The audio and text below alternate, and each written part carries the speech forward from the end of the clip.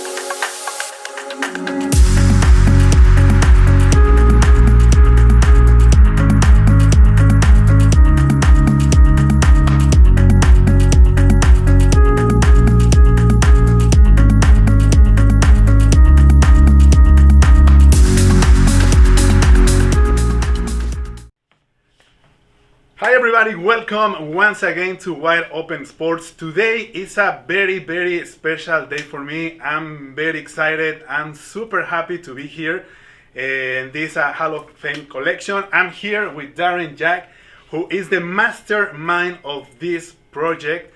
This is a beautiful collection. There's also a shop where you can shop. We want to put the links for you so you can see what they have in the store. But thank you, Darren. Thank you for your time. Thank you for letting me come. How are you doing today? I'm great, man. Thanks for visiting. I mean, that was quite the introduction, so I'll try and live up to those expectations. No, of course. Like if you don't know Darren, as I say, he's a collector. He collects since back in the day. I would say 30 years approximately. He started collecting racing memorabilia, and now he has this. I would say for me is like a palace of collectibles. Me, I'm as a collector. You guys that you know in my channel, I like to collect. Not at this level, but what you see here is something unreal, but I collect here and there. But I have some questions for Darren. We want to chat a little bit about everything. But I want to start with the beginning, right? Because everything has a beginning. And Sure. I would like to know, for everybody to know, how do you start the beginning of your collection? Yeah, I mean, suppose like everybody who starts collecting stuff, right? I mean, if you're a collector, and you probably are if you're watching this, you really, that's the first part is you get it. There's a lot of people, even in my own family and stuff, that don't get collecting at all. They don't understand it. But when you start something, it kind of evolves, and then you start collecting different things. And I grew up being a big sports fan and collected everything, back in England where I grew up. Obviously football stickers, we went to cricket matches, got signatures and all those things, but of course racing is my main passion. And started with my dad, really. My dad collected the model race cars, from the 50s and 60s, the Corgis, the Dinkies. He still has them. He's still a big collector of cars and models and stuff, and big racing fan himself. And then from then, my brother and I, we would get model racing cars, and we would go to races and take pictures and collect the photos of the drivers and then get them signed and a lot of the time, especially in the motorcycle racing, the riders were very accessible, so we would ask them for things like stickers, and a lot of the riders would remember me, this little boy running up to them and asking them for a couple of souvenirs. And from there, obviously, it escalated. When you start getting a job and making some money, you can afford some more cooler items. And and then it was like getting to know the drivers and getting some helmet visors from them, or gloves. And I always loved the helmets, Yeah. The helmet designs of the different drivers are so iconic. And I'd go to like the Donington Museum, they'd have the cars and everything, but I was kind of more interested in the helmet collection that they had, right? Cool. So to be able to have my own first piece of memorabilia that was a helmet was a dream come true, and then it just never slowed down. I can imagine. Yeah, because as you know, like me, I collect things, and you can stop. Like once you start, you get one little card, then you get a hat, and then they send it to you, and it's just it's like a snowball. It is. You start a little bit, and then next time you see, it's huge. Yeah, it's insane, and I can see it. I can see it. Also, my girlfriend Krista, that I say hi, she's gonna be watching this. She's like, "Why do you need this?" Yeah. Right? Thank goodness she doesn't understand it. This is good, right? Yeah. You know, same with my wife. Like she wouldn't collect anything, so that's good. You want to make sure there's not two of you at it. Exactly. Yeah, that's incredible, right? How a hobby became to be like a business. Sure. Again, following your passion. Like it's incredible. It's a story that everybody at the end, I think we can do that, right? Like if you have the passion, you have the will. Yeah. Like you can do this, like have this, and come to your office. Imagine to come to your office and you see all this. Yeah. It's something, right? Like for me, it's like I'm like like this. But let's continue, Darren, because I know you're a very busy person, and I don't want to take a lot of your time. What is the most value collectible that you have? And I'm not talking about money. Something that it has like feelings for you. What is that collectible that you own that has that feeling that is the best? It's a good question. I mean, there's two parts of the Hall of Fame collection, right? Of course, you've got the memorabilia, which a lot of people are familiar with on the website. They can view and see all the time. And then I've got my personal collection, which is the museum out there, which you got to see earlier as well. With that, you know, I don't get a lot of time to share a lot of those things and create a website to show them, you know, so we do some behind the scenes videos and stuff, which some people might be familiar with. But the personal connections you build with those drivers, they're always more meaningful, you know.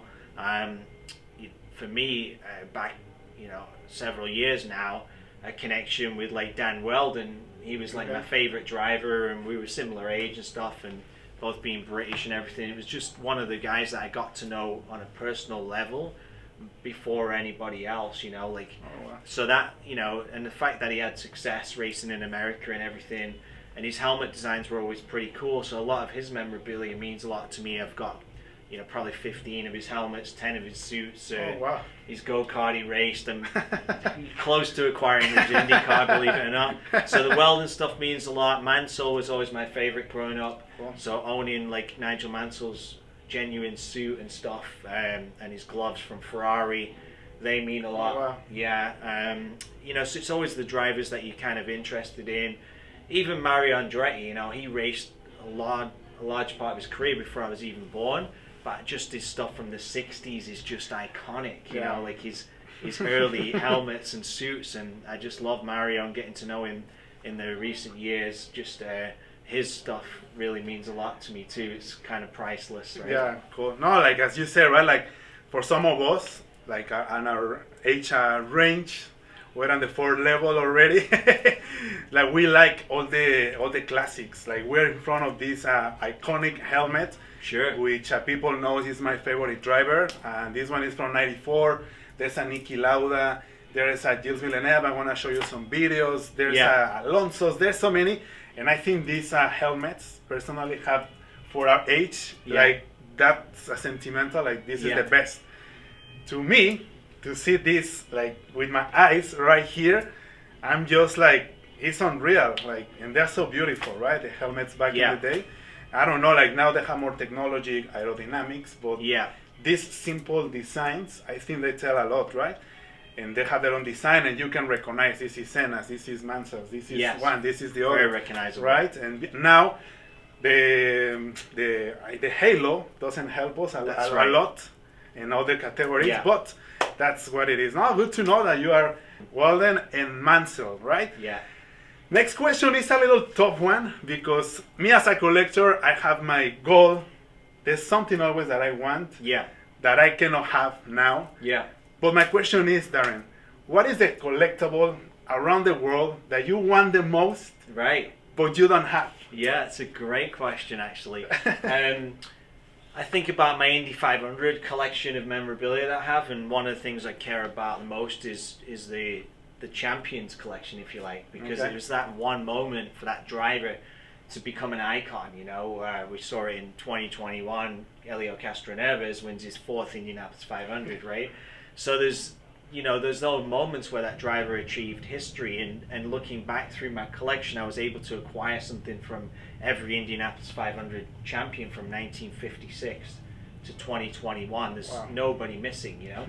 In the most of them have an original helmet and suit. I've got Jim Clark's original suit, for example, but I don't have Jim Clark's original helmet. Oh my! There's maybe a couple in the world, 2 that I know where they are. Okay. And so that's the one missing piece from the collection. And it's fun to have those goals because, I'm pretty determined, and eventually one day I'd love to be able to add Jim Clark's helmet to the collection. No, and I ask you that because when you see the videos, when you walk in and you see all you have, it's like everybody's dream as me. Yeah. Like my collectible, I know for some people will be like, you can get it anywhere, is to have one of these. Yeah. This is my dream. This is my goal. One day I'm going to have it as in a helmet. To me, right? But it's different, right? But it's interesting because to me, just to walk and see everything that is here. It's hard to think that there's anything missing, exactly. Right? Yeah. So I was kind of wondering as well, Darren has everything, but there has to be one. There's got to be something. There's always more, you know. And then, I'm always trying to perfect my collection and find a helmet that matches a suit. And I've got one, and it's 1 year different and a different sponsor. It drives me crazy. So I'm always working to try and find where those items are, trade them into the collection, then at some point take another one out, sell it, reinvest. And but it's fun too building other people's collections. That's why I love what we do, because we get to send these items to a new home. Like people say, how could you part with this? Well, I didn't buy it in as a purchase for me to keep anyway. The mindset was always to find a home, and then I love being able to see that go to somebody who cares about it. Right? It's a huge pleasure for us to be able to provide that service for our clients, if you like. And that's a good meaning to do that, right? Because you will think, he wants to have everything and it's here. Collectors are very like, no, it's mine. Yeah, exactly. I don't wanna. This is mine. This is mine. But that's good that you have that goal. To achieve, to bring let's say that pleasure to somebody own a helmet, a jacket, everything. That's pretty cool, and it's good to know, right? Because we always have that thinking. It's mine. I want to keep it like the ring, the Lord of the Rings, right? And it's fun to also then on our side, because obviously when we bring memorabilia into the store, we've had to go through that process of purchasing it, right? So whether, people will say, how do you find this stuff? We get a lot of offers every day, emails, you name it, messages for people offering those items to sell, whether they've, collected it over the years, whether they've, had a death in the family and us and says we've got a collection to sell, whether it's they worked with that driver and now they're retired, or they're just decluttering, or they're changing up their collection. So we're buying constantly. We're whether it's direct from the driver or the team as well. There's so many ways that these items become available, and we buy what we like. So we bring in only the best items. We don't want to just buy average memorabilia. We want to buy great memorabilia. And it could be anything from a $100 visor all the way to a $100,000 helmet, right? So there's a complete range. We want to be able to provide for all collectors of all finances too. Wow, this is very good to know, right? Like, wow. And again, I think I'm gonna say this a lot, just to warn everybody. But thank you, Darren, for sharing this. I'm very, very. I really appreciate your time that you're sharing this with us. Thank you. Sorry if you're gonna hear thank you a lot, but that's what I feel. No, thank you. It's great to have you come in, and especially during these times as well. Obviously, COVID times, not a lot of face-to-face interaction, so we love having people come here and see the store in person and be able to share the passions that we have every day, right? Thank you. Well, let's move on. Let's go with our next question, and this one is another one. This I think is very interesting. I would like to know, or for everybody to know, if you have a rough number of how many collectibles do you own? Like if you have a number there, what would you say? It's 9,600. I'm just kidding. I was like, oh my god, he's very I'm pretty good, but not that good. Not yet. But actually going through an inventory right now of our entire collection, of taking as much information as we can about every item that we own and documenting it. So we're in the process of that. But more than 10,000 items for sure. You know, a lot of people don't know this, but I actually have an extensive autograph collection as well.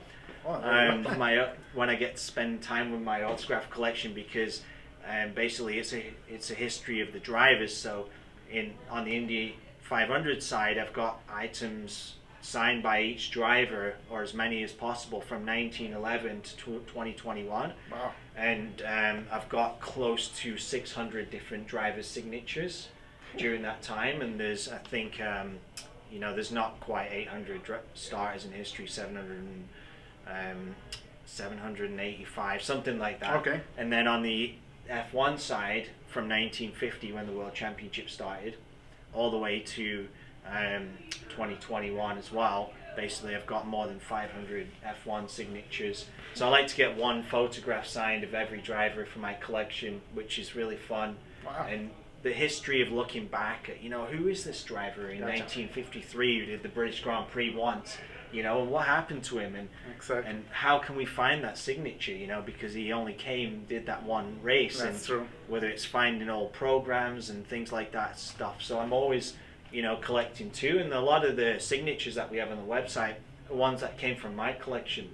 Oh wow. So the items that, you know, say I have a multi-sign program, and then I find a photograph of that driver. The multi-sign program I don't really need anymore. So it'll come onto the website. So a lot of these pieces on the website which are signed are basically ex Darren Jack collection. So if they were good enough for me, hopefully they're good enough for somebody else. Cool. Yeah, and talking about that, he just showed me there's a medal.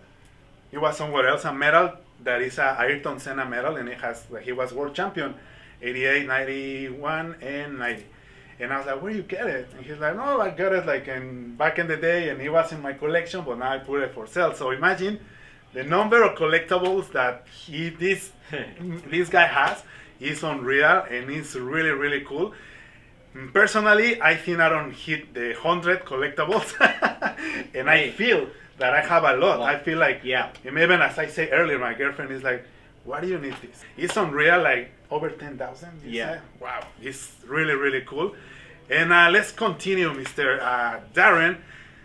What will be the tips that you will give somebody that wants to start a collection? Like, what will be like the roads that they have to take to have a collection, even like 100, 1,000, or 10,000? Yeah, it doesn't matter if you have a collection of 100 pieces, 10,000, 5 pieces, right? It's a collection, and it's always fun to have a goal, what to collect, you know, how do I start?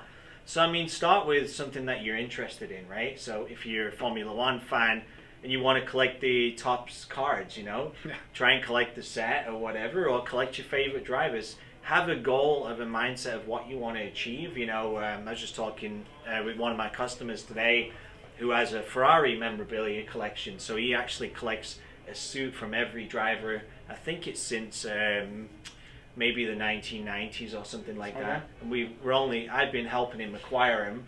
He's only missing a couple of them, but then he decided he wanted a helmet visor for everyone too, and he's only missing a couple of the drivers for those helmet visors. So I have a guideline, but I always say as well, it's okay to deviate from that guideline, you know, because let's say you have a Ferrari drivers collection, but you always like Senna. So if you want to buy Senna, don't it's your collection. Put the Senna helmet in your collection too, you know. So my advice would be, you know, have a plan, and it's fun because you get to achieve knocking off the list and working towards something. We all start that way, and then you can set new parameters if you like. And advice on, like, just do your own research. There's never been a better time in 2022 to be a collector, because back in the day there was a lot of trust put in these companies where you would buy memorabilia, and you know, you have to see if they say it's authentic, you know. But now you can do your own research. The internet is a great thing. You've got YouTube for looking at old videos to see what's, you know, what actually matches up. And we work hard on our authenticity of coming up with photo matches of the exact item too. So just learn the market and study, and then make good choices when you're buying. And honestly, with memorabilia right now, the way the market's going, you feel good about your purchase, because when you buy something cool, it's probably going to go up in value too. Yeah, definitely. And I have a very good friend that he's into cards, like hockey, name it, UFC. And I saw that you have this Hamilton card. Yeah. And he's like, look at this card. There's only 5 in the world. Yeah. And I was like, oh my God, period. Yeah. I looked like a couple of days later on their website, where I'm going to give you the link on the description. And I saw they have it. And for the price, it's like, so it's like, as you say, right? Like every single, it's $150,000 US for that card, but that's kind of the market value. Exactly. There's one that actually is in Canada, and in Quebec, a kid pulled it from a pack, $6 pack, and it was a 1-of-1 Lewis Hamilton, and that one is worth somewhere probably around 600,000 to 800,000 for that one card. So the sports card business is taking off huge, and F1 cards is a good place to invest in if you're a racing fan as well, because we're going to get into that more as well, and getting more cards in, more signed ones and unique stuff. But they're definitely fun to collect, opening the packs, you know, and seeing what you can pull. And I remember back in the day, like I used to collect the football cards, American football cards, basketball. There was this special limited edition of the USA World Cup in '94. Yeah. And I know that feeling, right? When you open it, oh my God, I got Jordan, I got Jim Kelly, Dan Marino, all those. Yeah. Now with the Formula One, talking about racing, the Formula One cars are gonna become to be the next thing, right? To collect. So another tip, right? That's Getting those cards. Getting the cards now, because they're going up in value fast. I have another question. As you know, there's also a shop, like where you can get memorabilia. There's a lot of signed things. There's a lot of things that, look at this. There's more things behind the camera that I will show you as well in the video. Speedway bike. Look at that. Bikes, helmets. Let me just show you this, dear friends, for all my Mexican friends. There's the Paro Award suit from Indy Lights from 2018. It's signed by Paro. So imagine. Sorry to do that. Yeah. But what can we find on the shop, Darren? For the people who doesn't know, what is on your shop? Yeah, I mean, on the Racing Hall of Fame collection.com, you can find basically a quick link to each category. So if you're an F1 fan, just go straight to Formula One, and then it's done by categories: helmets, race suits, gloves, boots, Nomex, fireproof shirts, you know, and then other collectibles too, whether it's signed, whether it's original artwork, posters, that kind of thing. And then of course you've got, you know, some NASCAR stuff mixed in, some Indy Car stuff, MotoGP. We even deal in two-wheel stuff as well. Occasionally you'll see, you know, like the Speedway bike, or you can even buy a full-size F1 show car on there from Lewis Hamilton or Nick Hakkinen. We have 2 of those in stock on the website. So just click and buy and check out, and you'll end up with a Formula One car. Imagine that. Sell your house, sell everything, get a Formula One car. Yeah, you can sleep there. Houses are overrated these days anyway. You know, you just need a one seat. You know? Exactly. You can sleep there. Yeah. You can make it your size. Don't worry about it. Buy it. I saw it like on the website, and it's like, to have that to sell is like unreal. So yeah, I'm gonna show you some shots about what you can find. But also, you can see on the website, for the people who doesn't know, it's a Hall of Fame collection.com, correct? Yeah, Racing Hall of Fame collection.com. There we go. So I'm gonna put the links. Let's continue. Now let's go a little twist on this little chat that I'm having with Darren. And let's go back in the 90s, when the first races, Grand Prix. Do you have a memory, like those feelings, that emotion, that excitement of your very, very first Grand Prix? Yeah, I do. I mean, the thing that I suppose has worked pretty well for me over the years is my memory, you know. So I think when you have a passion, you remember things well, right? So back in 1984, believe it or not, was my first Grand Prix at San Marino. Imola.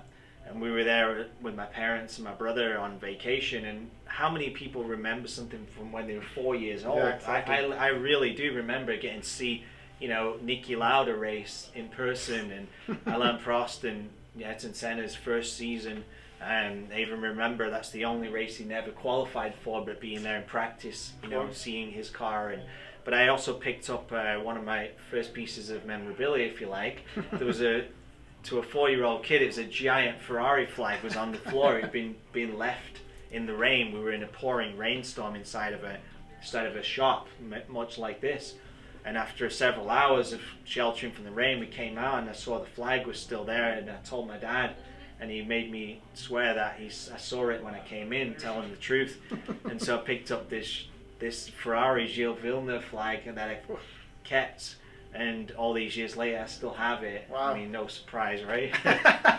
But all of those early years going to the Isle of Man TT and you know, motorcycle racing, and just, yeah, I remember all of it, to be honest. Wow. I remember, I mean, that feeling doesn't go away when you're at a Formula One race or an Indy Car race now. It's still exciting, you know. Yeah, definitely. To be able to be there, seeing Lewis Hamilton, Max Verstappen on that last lap, you know, in Abu Dhabi, in person, was an incredible moment. Somebody who loves the sport like me. No, that's when you remember, right, how or why you start loving the sport, right? When you are thinking back in the day and you're like, oh yeah, I remember when I went to this race, and yeah, I remember the noise. I remember seeing this monster passing so fast, so loud. And that's the things that you remember. Like, I want to share with you how I remember my experience with racing. I used to live very close to the Hermanos Rodriguez track, like literally 10 minutes away, believe it or not, that close. And then I remember my dad took me, there was a 24 hours endurance race that day. And we went, it was like at night, because it was free. After some time, it was free, because who was going to stay 24 hours, right? Yeah. Anyways, we went to the grandstand in front of the pit, totally different as you see now. And I remember my dad took me, and we were sitting, and I was like, wow, this is so cool. Yeah. So loud, and you just see the lights coming like cats. That memory of the first, look, I got a chills, because I remember that, and it's like, wow, that's why I like the sport. Yeah. That's why I follow this sport like with passion. Let's continue. I saw an article, but there is not the full history of this, and I want to know. Maybe everybody wants to know, because this is very particular history. In '92, in Belgium. Yeah. Can you tell us the history of the tire?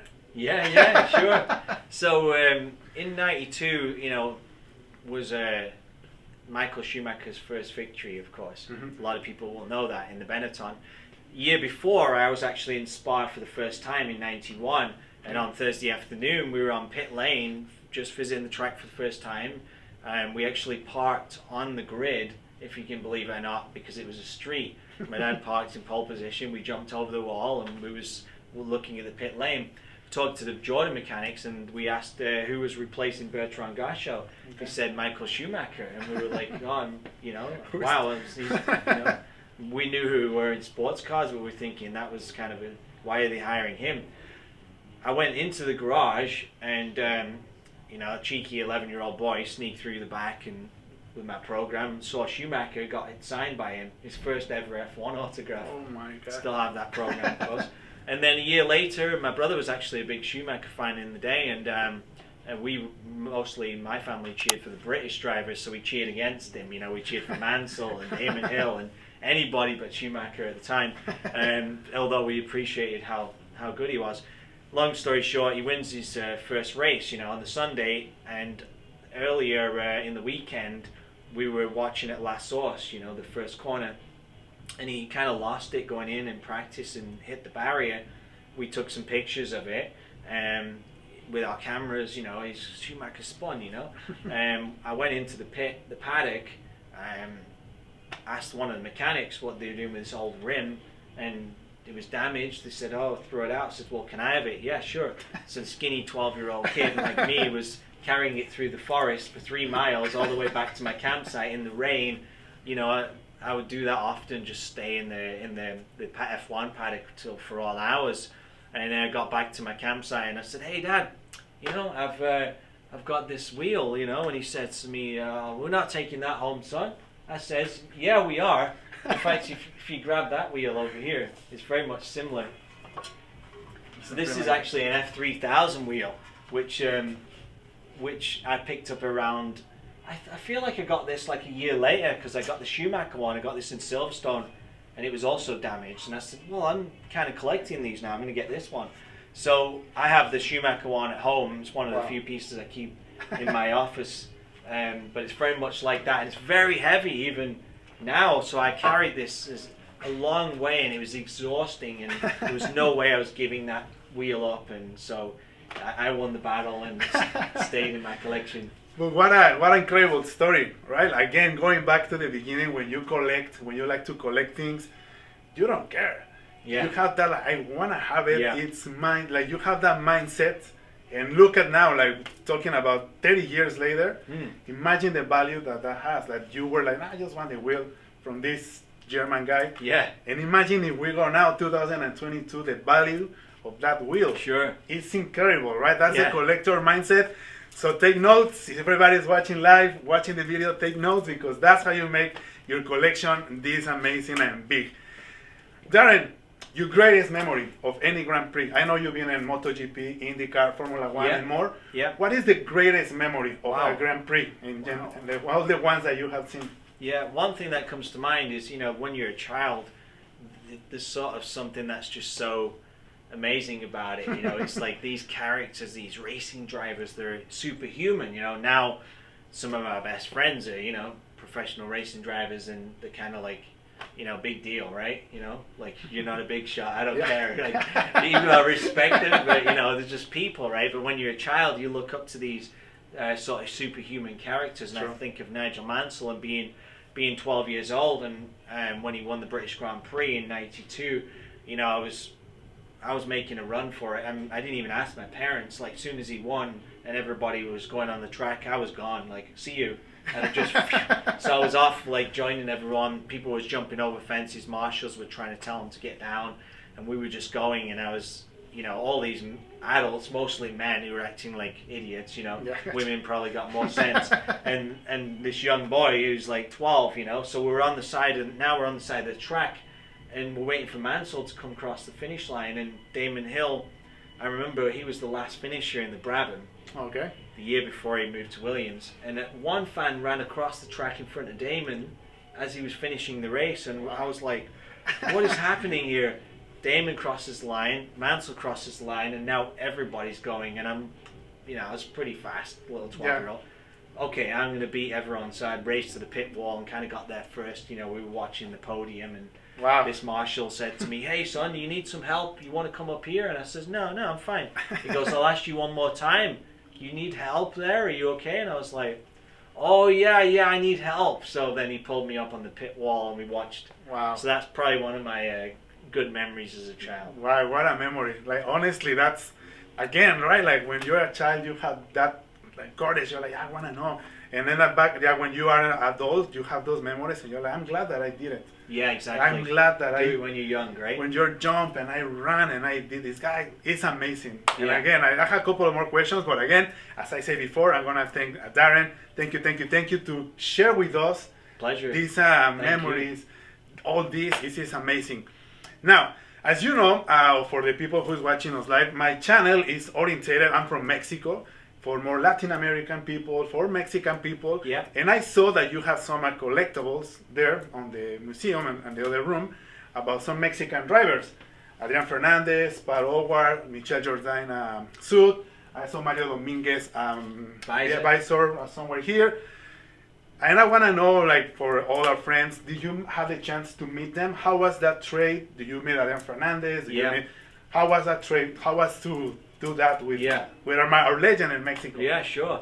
So, I mean, for me, I spent half of my life in England, then moved over to North America, and being in Canada, being able to go to the Toronto Indy, and then being so close to the US, I went to a lot of IndyCar races. So I got to meet all these drivers. And then the nice thing about IndyCar racing, and even in Formula 1 and some of the other categories, MotoGP, these legends kind of still come back, And so I've got, I'm very fortunate to have met a lot of these drivers long before I was in the business, before I was in the paddock. I was the fan who was waiting outside for signatures, and I just loved trying to get a signature from a driver and that opportunity to meet these heroes, I saw it in Mexico this year, leaving the paddock, and just the fans that would wait to meet a driver and get a signature and a picture. I mean, that was me, you know, before I was in the industry. And so, you know, I'm glad I did that, and it's cool because today a lot of them, you know, I do business with, or I have professional relationships or friendships with some that I can just call them up, or they call me and text, and you know, you texting with these legends, and it's cool. But yeah, those sort of Latin American drivers and Mexicans, I'm familiar with the history. The Rodriguez brothers, of course, you know. Yeah. I've got Ricardo and Pedro Rodriguez's signatures in my collection. Oh, wow. Ricardo is a very difficult signature to get. It's very rare actually. And Adrian Fernandez, met him many times, got, you know, some items from him. Michel Jourdain, same, and you know, Mario Dominguez, got to know a little bit. But Patricio Ward, of course, he's the next generation, and I've sort of known Pato for a few years since he was coming up. Done some cool stuff with him. And yeah, it's just awesome watching Pato though going in, making his inroads into Formula One now as well, and what he's doing is just such a young talent. So big fan of Pato and his work, and look forward to seeing what a future he's got. You know. Yeah, like in Mexico, there's like this excitement now because we have Checo now, right? Now everybody now is Checo, but everybody's paying more attention on Pato's career. Nice. Because before, it was not like, nobody knew when he was in Indy Lights. Just a few people knew about his talent, how he was doing. But now he's going to be a star. And I think he's going to make it to Formula One. I don't know if you agree. Putting me on the spot, I would say yes. Well, yeah, I think. So, as I was saying before, Darren, he's been in so many Grand Prix. Again, MotoGP, Indy Lights, Formula One. But he was just in the past fall in the Mexican Grand Prix, right? And as you know, Orozas Mexicans is our Euro. The Mexican Grand Prix for us is like the maximum. And it's good to know how was the experience, for somebody else that is not Mexican, somebody who is a foreign and went to experience that, because for us, it's an amazing experience. How was your experience in the Mexican Grand Prix, Darren? Yeah, it's interesting because, you know, I'm sure a lot of people will get asked about certain Grand Prix and the culture, and they'll all say it was great, you know. But honestly, it really was great. Everything about it, you know. There's some concerns initially, like, oh, is there going to be crime there? You hear stories and things, right? But as long as you pay attention, it's like that in a lot of big cities in the world, right? I really enjoyed it. I enjoyed the culture. I was fortunate to meet a mutual friend there who showed us sort of a real behind the scenes of Mexico City, some nightlife, some fun times. Nice. So getting to see that and having somebody as a guide was really helpful. And then at the Mexican Grand Prix itself, what an atmosphere. I mean, absolutely electric. You know, we were on the grid before the race, and just seeing the fans and how it was like living in a movie, you know. Yeah. It was just it was so, you know, you knew history was about to happen. The drivers are walking around, getting in the cars, you're standing there, and you're just looking at all these thousands of people in the stands. And then, of course, as the race ends, we sort of came out the paddock and went into the stadium section, if you like, and just stood there and amongst the podium. I remember, speaking of podiums, you know, where the drivers take the helmet and gloves off, we walked by and we saw Max Verstappen. He just won, and one of my best friends is good friends with him, and we went up and gave him a fist pump. Hey, good win, you know. We're up to the podium, and it's like, this guy just won the race, and you're right there. You know? So the experiences, and those experiences aren't lost on me, of how special it is. And yeah, great people. I loved it. I mean, I'm going to be going back. It's one that I'm going to be back probably at every year now. Nice. Well, if you want, next time I can tour you in my city, because I'm from Mexico City, for everybody to know. Sure. I can tour you to the nice spots to eat better tacos, good food, good tequila. So if you want, I'll take you everywhere, Darren. You're in. Let's do it. And let's just finish this chat with Darren, because again, there's some things happening that you don't need to know. But lots of things happening here. Lots of things happening. Stay tuned. The last question, just to end in this amazing chat. Who is going to be the champion, Formula One and Indy Car? Okay, great. Now you put me on the spot. So I actually haven't thought about that too much. I'll tell you one thing though. If the F1 hadn't made a lot of rule changes, I would have. I'm not really a betting man, but I would have put a lot of money on George Russell. Okay. When he was given the opportunity to take Hamilton's seat in 2020, when Hamilton tested positive for COVID-19, and he was going to replace him, and people told me here, they said, "Hey, George Russell's going to drive the Mercedes." I said, "He's going to win." And they looked at me like, "No, he's not going to win. How's he going to win?" I says, "Trust me, he's going to win." And we know he didn't win, but he came close. When drivers, get to that level, they're all extremely equal, Okay, Lewis and Max are on another level. Yeah. They really are all-time greats, those two. But the rest of them are very, very close. They got a lot of talent. And when you're fighting for the positions at the back and you're fighting to make your car faster, people are going to underestimate Nicholas Latifi as well. But if you look at where he is with Russell, you'll see that these drivers are very good drivers. So I think he could have a very good season. But it's going to be down to the car, honestly. Yeah. Who's going to build? We may see a surprise. We might see the McLarens, come up with an amazing design and be first. So picking a champion, wow, that's a tough one, isn't it? I think if you don't say Lewis or Max, that's probably it's probably difficult to pick someone else. But I would probably say if I had to pick a name, I would say Lewis Hamilton will win. Okay. Will win his 7th title.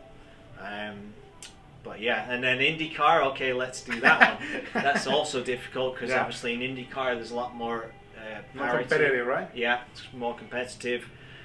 Colton Herter had a really good finish to the season, extremely consistent. That was the one thing he was missing, was a little bit of consistency. I think he's going to be fighting for a title. Scott Dixon's going to be there as always. You're going to see, you're going to see Joseph Newgarden. I mean, that guy, if you watch IndyCar and you watch Joseph Newgarden carefully, you see when he has a bad race, he's like 4th. Yeah. Or he's 3rd. You're like, Newgarden had a terrible race, he's nowhere. The guy finishes 4th, and that's how you win championships. So I don't think you can ever bet against Joseph Newgarden. Alex Palou is unbelievable. Like, he's good. You could say he could repeat as well. Patricio Ward is extremely fast. He was right there. Who do I pick? Who do I pick? Let's go on a whim, and we're gonna say Patricio. Oh, there you go. See, Yeah. There you go. We got a Mexican champion. Yeah. That would be amazing if Pato can do that. Like it will mend everything for us as a Mexicans. Adrian Fernandez was close in 2000. Yeah. On the last race. Yeah. He was so close, but it was like a big achievement for us as a Mexican fans of racing. Huge. But if Pato do it this year, that would be amazing. Darren, thank you very much. Thank I you. really, really appreciate your time. Yeah. I really appreciate that you give us the chance Sure. to come and see Yeah. your collection, your shop, to chat, that you share with us all these memories, these histories. That's very, very special. Thank you very much, everybody, for watching this video. Comment, if you're watching it now on Instagram Live, comment what you think about this conversation that we have. What is your special memory? What is your first collectible? All that stuff is very important for us to know. Thank you very much. Stay tuned. And hasta la vista, babies. One more thing as well. I've got this little gift for you. Oh, no way. No way. Oh, So, my God. This is something that you noticed when you came into the shop, and sometimes in my collection, as I was telling you off camera, sometimes I collect things, and then you get to a point, you go, okay, let's just put it in the shop. I don't need it anymore. And this is something that is an essence and a medal that I bought when I was maybe 11, 12 years old at Spa, actually, as a kid. And I decided recently to put it in the store for sale. And you noticed it, so I thought, you know what, I'm going to give it to you as a gift, as a keepsake to visit the Hall of Fame collection, and as a thank you for this interview. So. No, thank you, man. Thank you. Oh my God, this means a lot to me. Thank you everybody for watching it. Have an excellent day, and we'll see you next time. Don't forget, follow us on collection.com, Wide Open Sports on YouTube, Instagram, Twitter, everything. Thank you. Have an excellent day, and see you on the next one.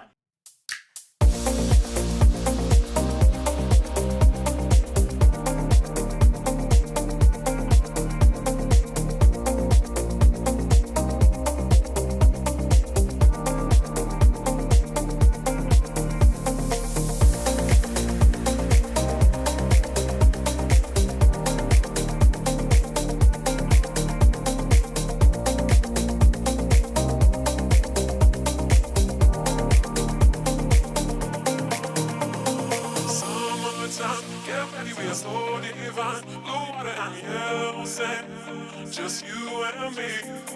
Summertime, get ready, we are so divine.